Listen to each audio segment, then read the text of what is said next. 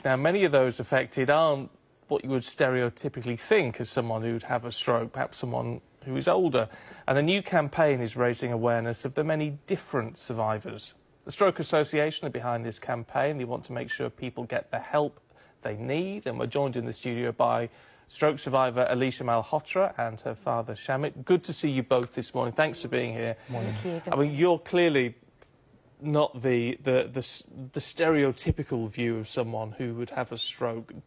Do you know at this stage why you had a stroke? Have they been able to determine what happened? It was a complete shock. We didn't really know what to expect. Well, I didn't even know, I didn't know what to expect. I didn't even know if I'd be alive, if I'd be awake, and I haven't really heard anything like this. I just thought mainly is that I'm ill, I'm not feeling 100%, so this is something which is, a completely shock. And so at the time it happened, or what can you remember about the sort of turn of events? Yeah, so what I remembered is that particular day I normally work at primary school, and I've never had a day off, but I wasn't feeling 100%. I was weak, I just had a headache and a massive migraine, so I thought the best thing is just to lie down and it'll be okay.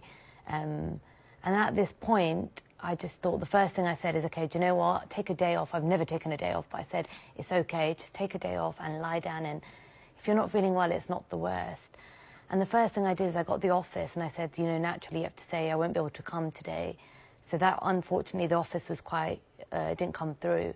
And then the second thing is I text my friend, and at that point I was just texting my friend saying, actually, I'm not 100%. And I was typing, I remember that. But as I was typing, the blur was everywhere. I was, like, my mind was kind of everywhere. I didn't know what was going on. And I definitely had a massive migraine. So I tried to type, and then I left the phone. And at that point, I was just in a lot of pain, and And what about you, Shamit? When did you become aware that something dreadful had happened? I think it's more of a shock because at that time we just told her to, if migraine, take her to tablets and go to sleep.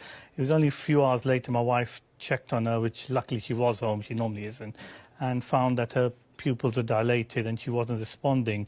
And even then, so we called the ambulance, they took her, and even initially they thought that she had a bad migraine or maybe an epileptic fit, but nothing else. They didn't do it. Just the paramedics came back and say, make sure they do a scan, make sure.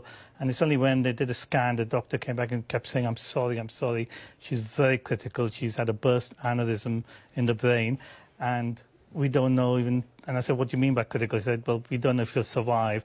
She needs to be operated immediately, and the bleed has already spread from one side to the other.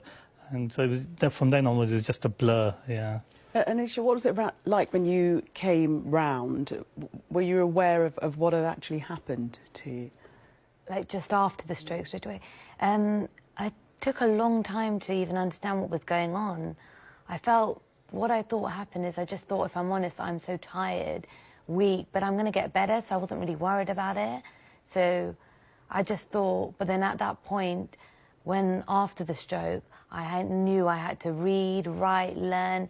I was trying to put everything together and thinking, wow, but it is going to get better, so I don't need to be worried about it. It's okay. It will take time. Everything takes time. But you did have to go back to complete scratch because you couldn't talk, you couldn't read or do anything practically. Yeah. I knew my name, but it wasn't naturally coming out. I knew my name was Alisha, but it was all blur. It was everything. And just starting from the beginning, I remember they were telling me, the thing is I knew it, but it wasn't naturally coming out. So, it was I can't imagine how, and obviously what patients go through is terrifying in its own right.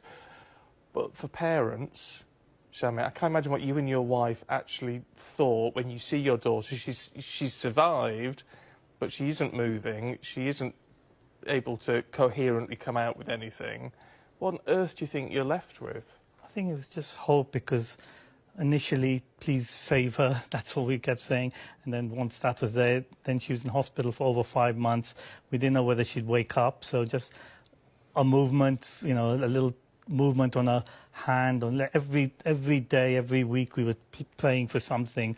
And not knowing was the worst, because the doctors even said, we can't tell you Will she be able to speak? Will she be able to walk? There was no, not knowing was the worst thing. And, you know, you just, the whole, you know, your life just flashes by from a kid to teaching to university, and it's all gone, kind of, you know. I know you've very bravely given us a little bit of footage of trying to talk at one stage. Let's have a look. I have just returned from George Hall, where I visited the rehab centre with One Kind Act has supported. It had amazing equipment. It had equipment to help patient improve their mobility, motor, and cognitive. So even at that stage, you'd made a tremendous amount of progress, but we can see that you're still struggling with the... I guess it's just the synapses not connecting in the right way, is it? Yeah. So, like, I know everything, but it's not as easy to come out. I have to literally practice every single day. But that must be so frustrating for you, because, I mean, you've described it as being akin to being trapped inside your body, because you know what you want to say, but it's almost a fight to get it out. Yeah, I definitely do get frustrated, and obviously my whole career, my path has completely changed. Imagine before this, things were great. It still is going to be good, but it's just have to think in a completely new place, I guess. Yeah, well, look, I'll tell you what you are is going to be inspirational to a lot of people who are going through this at the moment to see. I mean, your recovery is miraculous. You'd agree, Dad, I presume? Completely. I think from what we read, what we were told, she's come miles, and I think it's her determination. You know, she has bad days, she'll cry, but next morning she's up and starts fighting and getting up and going and doing voluntary work, involved in our charity One Kind Act, helping in Great Ormond Street, involved with the Stoke Association. She just doesn't stop. Yeah, so that's quite amazing. That positivity has brought you this far. Yeah. Look, really good Stay to talk to you positive. both. Thank you very much. Thank you so much. Thank you. OK, stay with us. More coming up in a moment.